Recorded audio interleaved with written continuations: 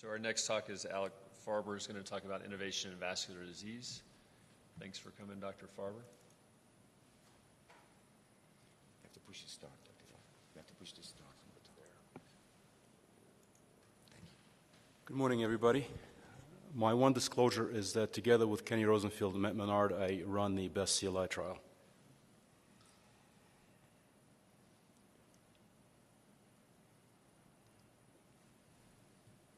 So I'm going to talk about innovation. Now, innovation can be defined as a new idea, device, or method. It is also viewed as the application of better solutions that meet new requirements, unarticulated needs, or existing market needs. And some of these synonyms of innovation include change, alteration, and transformation. And I want to take you through a short walk through the history of innovation in peripheral arterial disease. In 1901, Alexis Carrel developed the first way to anastomose a vessel and received the Nobel Prize for that. In 1906, Jose Goyanes performed the first venous arterial anastomosis in a patient. In 1929, Ronaldo dos Santos performed the first angiogram of the aorta and the lower extremities. In 1933, Charles Best purified heparin and demonstrated it to prevent thrombosis along vascular suture lines. In 1946, Joe Cid dos Santos performed the first iliofemoral endarterectomy. 1948, Gene Cunlin performed the first successful femoral popliteal bypass with vein in a patient with peripheral arterial disease. In 1961, Thomas Fogarty developed his embolectomy catheter. In 1964, Charles Dotter performed the first percutaneous transluminal angioplasty of a focal SFA stenosis. And finally, Jacques Puel in 1986 implanted the first coronary stent. And since then, there's been multiple new devices and techniques that are being developed to treat peripheral arterial disease in a minimally invasive way, and it's wonderful. And we are a part of the endovascular revolution that is occurring as we speak. But you know, innovation is hard. It was certainly hard for the pioneers that I just mentioned, and it's hard for all of us. There are multiple external obstacles. There are multiple internal obstacles to innovation. But we do need to try to innovate despite that because, first of all, it's satisfying to innovate. Secondly, it is important to innovate so as we can improve care to our patients, and to be complacent, in my opinion, is not an option. Our patients deserve better. So with respect to PAD, how and where should we innovate? Well, we can develop new devices. We can develop new approaches to diagnosis and treatment. We can find a cure. There are all sorts of blue sky scenarios. But I'd like to focus on three other ways that we can and should innovate. We should work together as part of a team. We should think broadly about patient management options. And we should demand and engage in high-quality research.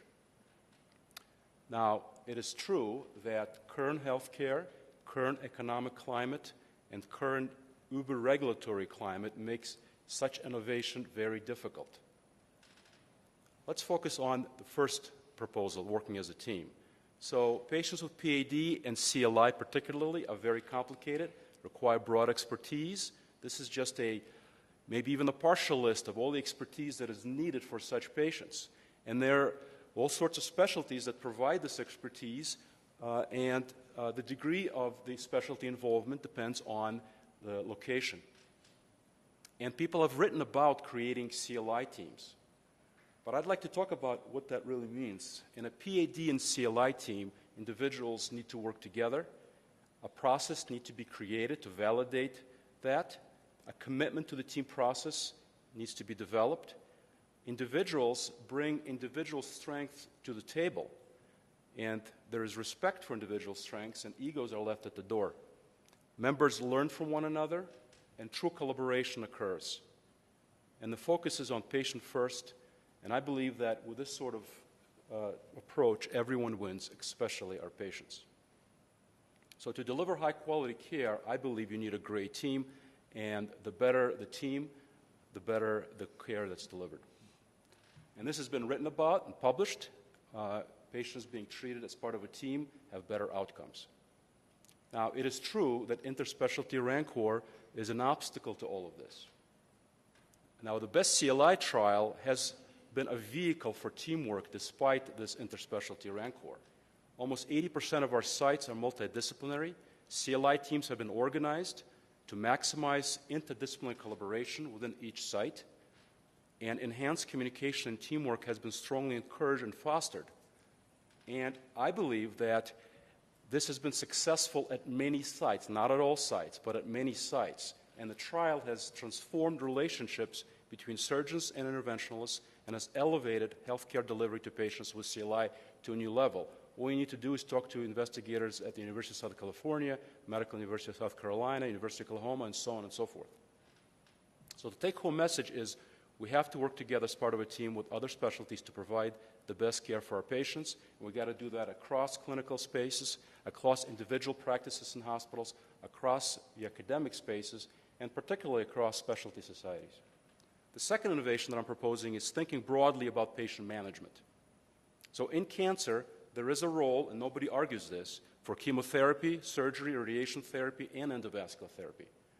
In hepatobiliary diseases, as an example, there's a role for medical therapy, surgery, and endoscopy. But is it equivalent for PAD? There's sentiment at some scientific meetings, and this is not, by the way, not one of them, that surgical therapy is obsolete or at best obsolescent. Endovascular therapy is best and the only way to treat PAD. This is projected by meeting organizers, trumpeted by invited speakers, and fueled by significant industry dollars. So endovascular therapy is wonderful. There's nothing more satisfying than taking a patient with an SFA occlusion and revascularizing them to what appears on the right. But surgery is satisfying too. And there's nothing more satisfying than taking a very complicated wound and healing it after a bypass. So my thoughts regarding treatment of PAD is that endovascular therapy has a significant role. Medical therapy, as we've learned earlier today, has a significant role. Open vascular surgery has a significant role.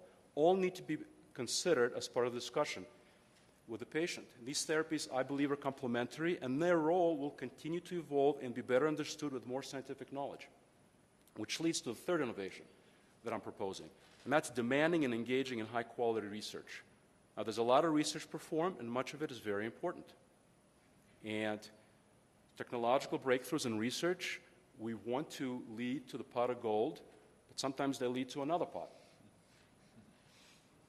Many clinical questions currently asked in studies are not driven by clinical medicine. Rather, they're driven by regulatory matters and business, and conflicts of interest abound. There are about 20 papers here that I'm quoting looking at patency of SFA stenting at 1 year. Now, these papers are very important. There's no question about it. But are they sufficient? These 15 papers looking at Viabahn patency in the SFA. Viabahn is a great device, and W.L. Gore is a great company. But are these studies sufficient? Do we need 14 studies of Viabahn in the SFA? Is it clinically sufficient to know how DCBs fare against POBA? I know it's important, but is it sufficient? I would say it's not sufficient.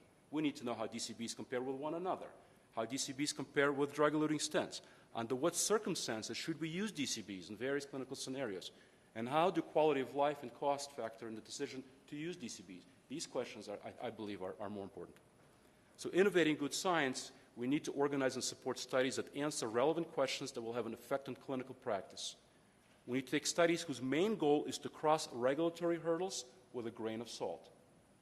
We need to insist on outcomes and endpoints that are directly relevant to clinical practice. We need to be acutely aware of bias, reasons as to why a given sponsor sponsored a given study, and conflicts of interest.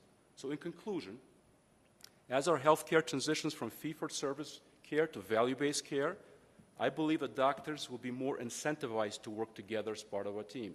I believe that, and I hope that. Working as a true team, we will be more incentivized to think broadly about patient management options and to consider medical, surgical, and minimally invasive therapies based on good science, not based on ability and fancy.